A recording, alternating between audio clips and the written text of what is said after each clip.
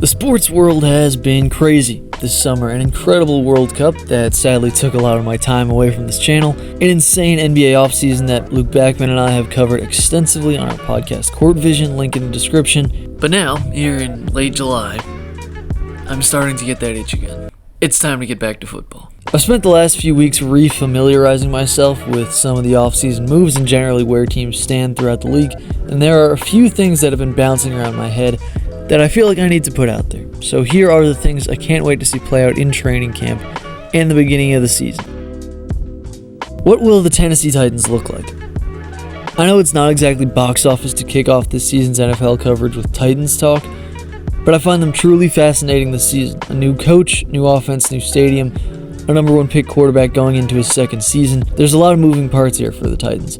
I think Robert Saleh is going to solve the defense quickly, just as he did with the Jets. I think he's as reliable a defensive mind as you'll come across. I'm not going to say he got a raw deal from the Jets, getting fired a year and a half ago, but so many things didn't go his way with that organization. Granted, he shot himself in the foot by bringing in Nathaniel Hackett. But in order to get this roster to a baseline level of competence that Saleh can elevate, they went out and spent on defense this offseason, bringing in John Franklin Myers, Cordell Flott, Alontae Taylor, while also trading for Jermaine Johnson, who Saleh loves and has tons of ability. So if Saleh can fix his side of the ball, then things kind of shift over to the offense for Tennessee, where they have a former number one pick and a guy who I think is going to be a star, Cam Ward, ready to make a year two leap, and I think he's in a good position to. Ward was out there fighting for his life last season on a team that knew they were bad and played like it. Suddenly, however, things have changed. The Titans spent their top pick on a receiver in Carnell Tate out of Ohio State and picked up a good slot receiver in Wan'Dale Robinson in free agency. They got some good use out of Chimere DK and Alec Iomanor last season, and those guys are now 4 and 5 in the depth chart with Calvin Ridley at the 2 spot. It's actually a really strong receiver group, but make no mistake, Tate needs to be the one for it to work. Most interestingly to me, though, is that Brian Daboll is the offensive coordinator of this team, who I think is a good offensive mind, but I do wonder about his QB whisperer status sometimes. He gets his quarterbacks on the move a lot, which is generally good for now and bad for later. I'm hoping he takes a long-term approach with Ward, who can move but shouldn't have to. Daboll got Josh Allen running, Daniel Jones too. He nearly got Jackson Dart killed last season trying to save his own job. I'm telling you, if he's reckless like that with Ward, a guy who has all-world talent and ability, he's doing him a massive disservice. As much as it seems like I'm building toward putting some real expectations on this team this year, Ward is still priority number one across the board for this team. I think they'll win like 7 or 8 games, but it's one to watch for the future. Can the Jaguars follow it up? The Jags won 13 games last year and had the unfortunate luck of running into the Bills in the first round and dying at Josh Allen's hand. I said in a video last year if they won that game, they could take it all the way to the Super Bowl, and I meant it. Hell, the Broncos were lucky the Bills beat them because the Jags spanked Denver at Mile High last year. All this to say, I felt that despite a wildcard exit, it was a fully legitimate season from Jacksonville last year, and had they not run into the unstoppable force, I liked them more than both Denver and New England in January of last year. As we know, the Bills kind of ended up giving away a Super Bowl run last year. But I digress. Liam Cohen is the head coach down in Jacksonville. Last offseason, he was kind of pried away from Tampa Bay, where he was the offensive coordinator. In kind of suspect fashion by Jacksonville, they really wanted him to be the head coach, and they were proven right in that ambition. 13 wins, taking, a relatively unserious franchise into real serious territory and getting the best out of Trevor Lawrence along the way. This time a year ago, we were talking about Brian Thomas Jr. and Travis Hunter being the weapons of the future around Lawrence, and they ended up going on a run with Hunter on the sideline and Thomas used sparingly after a really odd second season regression. They traded for Jacoby Myers, who had an incredible season, and got some great ball out of Parker Washington, but it speaks to Cohen's coaching ability for sure. But Trevor Lawrence can really be this guy that elevates his teammates, and that's everything to Jacksonville. So now on to this season. The loss of Devin Lloyd hurts a lot on defense. He had an incredible resurgence season at linebacker last year, but I think this defense is due for a major shot in the arm with the return of Travis Hunter. I think he pretty much has to be a full-time cornerback now with the depth they have at receiver, and I think that's perfect because he's a built-in a lab kind of cornerback. If he's committed to it, I think he can be a true shutdown cornerback that takes away the other team's best player, and you can't put a price on that. So going into the season, it's really all about where Hunter plays again. And if Liam Cohen is really one of the elite offensive minds in the sport, and that makes me think a big year's coming down in Duval.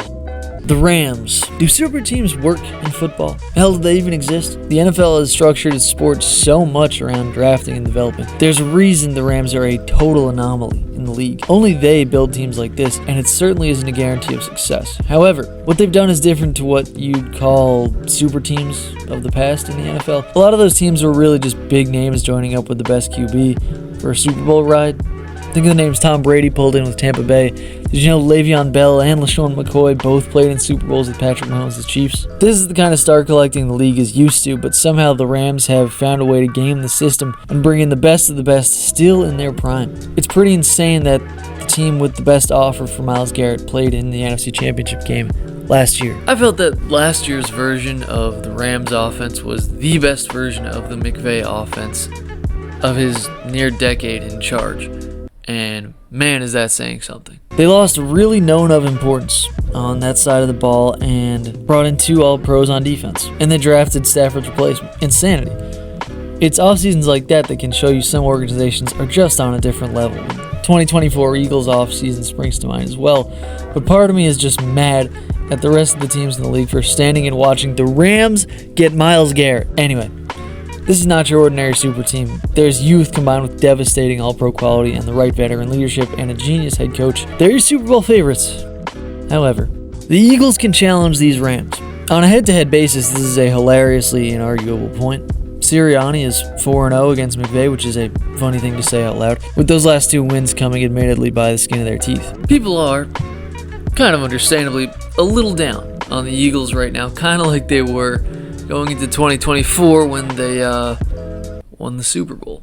So, here's how I see it. The defense is incredible and still one of the youngest units in the league. They made a sneaky, incredible addition in Jonathan Grenard and a pretty obviously strong patching up of their one weakness, CB2, by bringing in Tariq Woolen. Vic Fangio remains with the team, so kind of all good on that side of the ball. Now, the defense had to carry this team last year because the offense consistently played one good half of football and one awful one.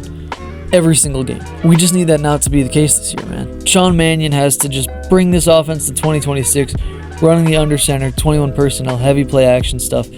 The offensive line needs to be healthy, and I'm telling you, this team is primed to compete for a Super Bowl still. And since they happen to have the Rams number, with a little Seahawks regression, I think this is the team to bring down LA in the NFC. And now for the NFC North bloodbath. I made a video about this last year as well. The NFC North is stupid good. All 4 teams are loaded with talent. Despite the weirdness of the QB situation in Minnesota, it's still an excellent roster with maybe the best receiver group in the league with Jefferson, Addison, and Jennings.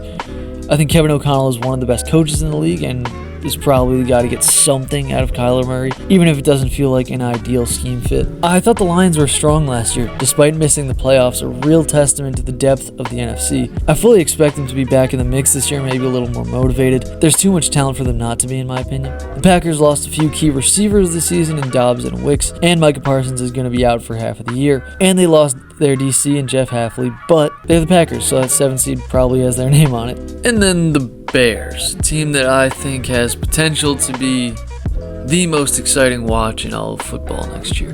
I don't want to overhype the Bears and Caleb Williams. They've got a few things to iron out for sure, but Ben Johnson is just one of the best offensive minds in all of football.